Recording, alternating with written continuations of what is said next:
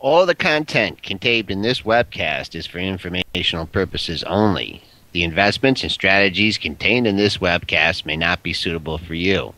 Please consult your own independent financial advisor before making any investment or trading decisions.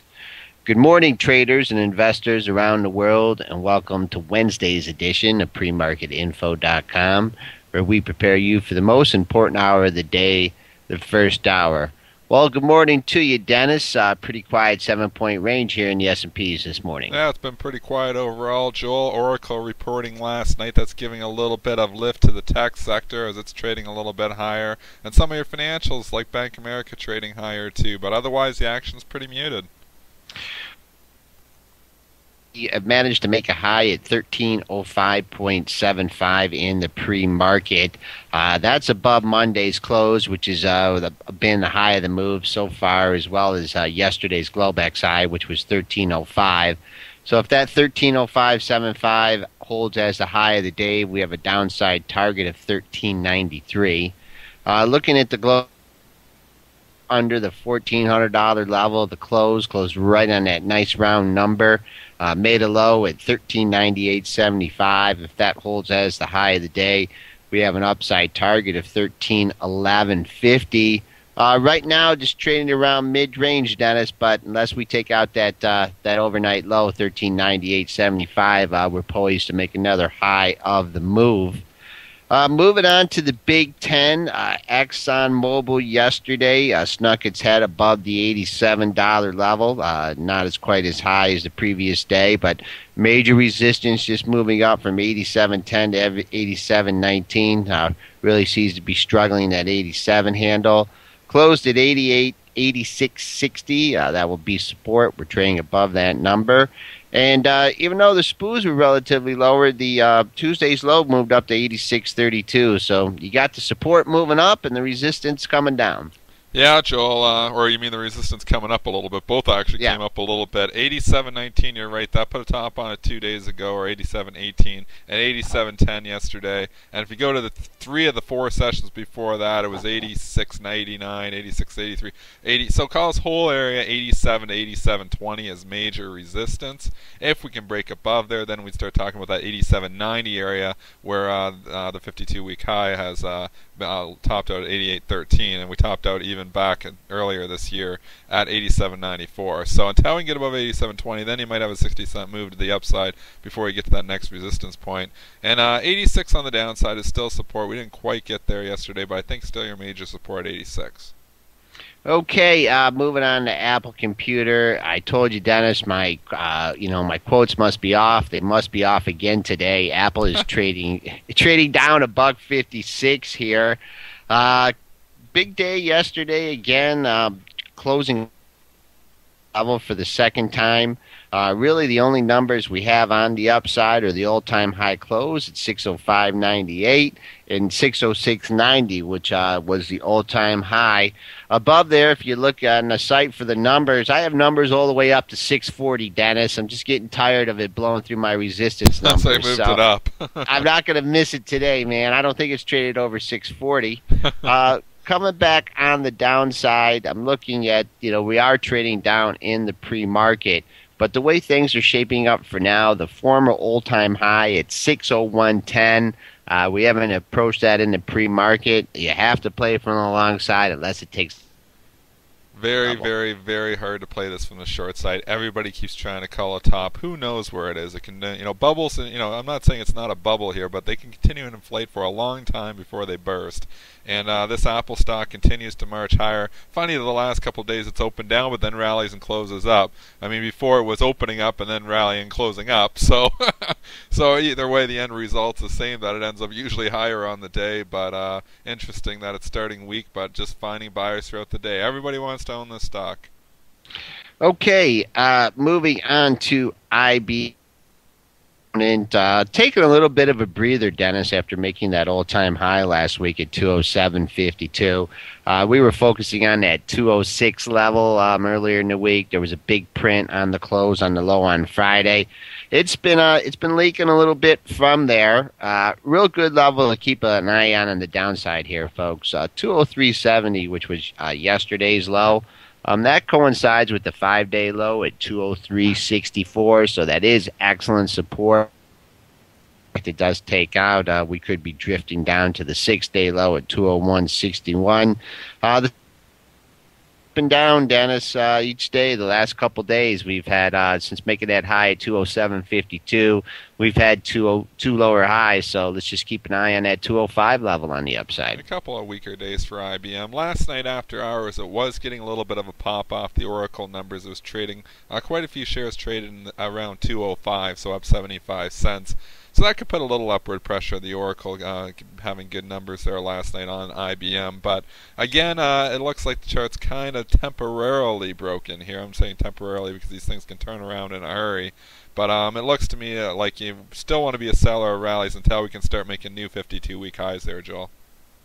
Okay, Chevron Corporation gap lower yesterday, and really was never able to recover to get back up to Monday's low. So you do have a small gap in there, 109.93 to 110.30. So let's just call that whole area 110 once again being resistance. After making an all-time 12.28, Dennis, it still has not been able to close above that 110. Did it on one occasion. We did close above 110.99. We are not getting a boost here in the pre-market, but still have to respect this 108.93 level, very close to the close, as support. If in fact we do take that out, I don't see a whole lot until the 11-day low at 108 even. And my good resistance will be in that gap area from 109.93 to 110.30. Well, unlike the IBM chart where I was saying that kind of looked broken, this does look broken to me. It had a hard trend here, right all the way up going here. I'm drawing it with my mouse clicker here. And basically when we broke through the 110 there yesterday, we broke the downside part of that trend. And you could also argue, and I talked about this a couple of days, of an impending head and shoulders pattern starting to form, where we had this 110 to 111 area we were trading for a while. We broke out the 1 day through the 111, basically shook out all the shorts, they all covered and puked out their shorts, and then obviously we came down almost immediately, retrading that 110. Now we start to break down. So not only do you catch or shake out the shorts, you probably catch people hoping for a breakout there too. And if they're still long, they're a little bit underwater. And whenever you can catch these people underwater, eventually they might puke out the stock too. So I think the stock heads lower, and I think you want to be a seller. Okay, Microsoft, Dennis, the old continuation move we had talked about, taking out that major support on Monday at 32.50. The slide has continued. Yesterday you had the formation where it opened right in up to yesterday's low and close, and it just got smacked there.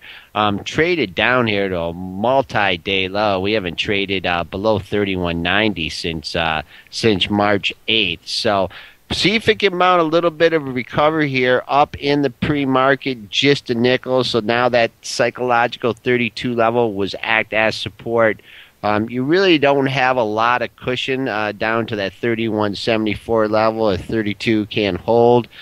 Coming back on the upside, that 32.15, yesterday's high. Can't really call it major resistance. I think if the market gets going and rally, it could easily get back to this 32.50 level. This Microsoft chart looks broken too, Joel. Interesting enough, some of these charts, individual charts, are starting to look broken. That's, 2 out of 3 or 2 out of 4. So we're starting to see, even though the market keeps continuing to march higher slowly every day, some of the individual stocks are starting to look weak. And Microsoft, no exception. You had a good call when you said it was breaking through that 32.50, which it did. It's trading down at 32. I think it could get a little lift here on the Oracle earnings, but I also believe that lift might be a good selling opportunity for those bears out there, or for those people that are possibly still long the stock, because I think the stock heads lower too. Are we calling a top here in the Dennis at well, the $1,400 level? I don't know if I'm calling a top overall on the market, because Apple just continues to drive the market higher overall. But on some of these individual stocks, I think we are seeing some temporary tops at least, Joel. Yep, and moving along with that pattern, General Electric, Dennis, we are hanging above this $20 level. We talked about, making the new high of the move on Monday at 20.36, but it's repelled off that level. Just sneaked under 20 yesterday, barely making a 19.98 low with a 20.07 close. I kind of kind of like the for call this like hanging on a cliff formation here. You had the big run up from 1850. You made a top there, and now we're just holding above this $20 level. I think if we cannot get sustain these closes above 20, we're going to take back some of this move. Yeah, it's hanging out here, Joel, and it's consolidating the last few sessions just above 20, trying to decide if it's got enough momentum to make a run at that high there that we set there just yesterday or 2 days ago at 2036. But it looks tired too, and if it starts to break below 20, then this chart could start to look a little bit more broken as well. We had a quick move from 19 to 20, so whenever you see a move, in 2 days for GE moving up that quickly, means it can move down quickly too. So I don't want to be long this thing if it starts trading below 20.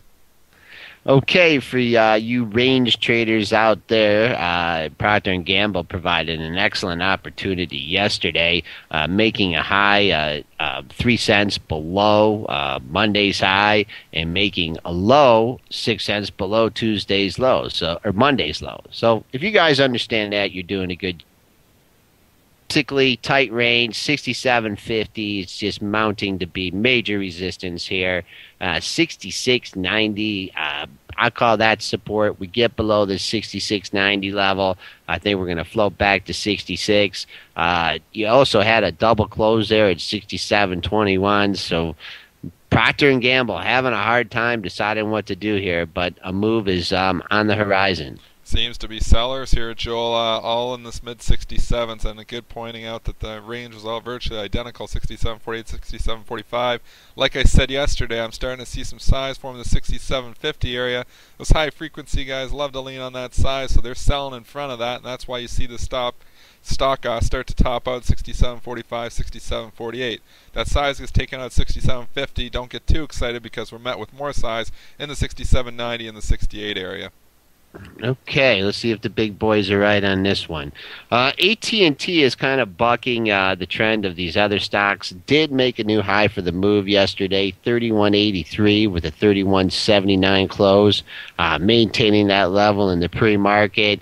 Just seems to be inching up towards that 52-week high, Dennis. I guess it's kind of hard to be long up here just because of the amount of sellers that you have in there.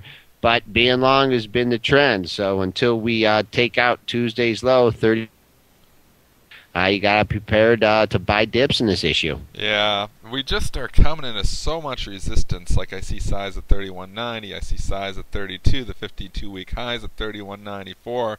There's so many reasons to probably be a seller that it's probably going to continue to climb and just take out all those offers because everybody else is probably seeing the same thing I'm seeing, leaning on those areas saying, oh, this is a low-risk short. And what happens, you get those tractor beam types of plays where we always talk about the tractor beam on, you can read about it on our educational tabs there. But you get those high-frequency tractor beams types of play where it actually drives the price up towards all this resistance, takes it out, and then eventually either it's a breakout or a shakeout.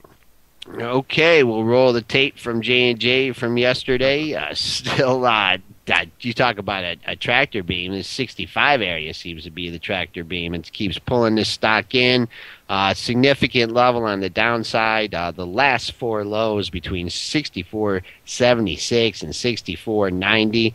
That is your area to keep an eye on the downside. You got to be prepared to buy the dips off that level.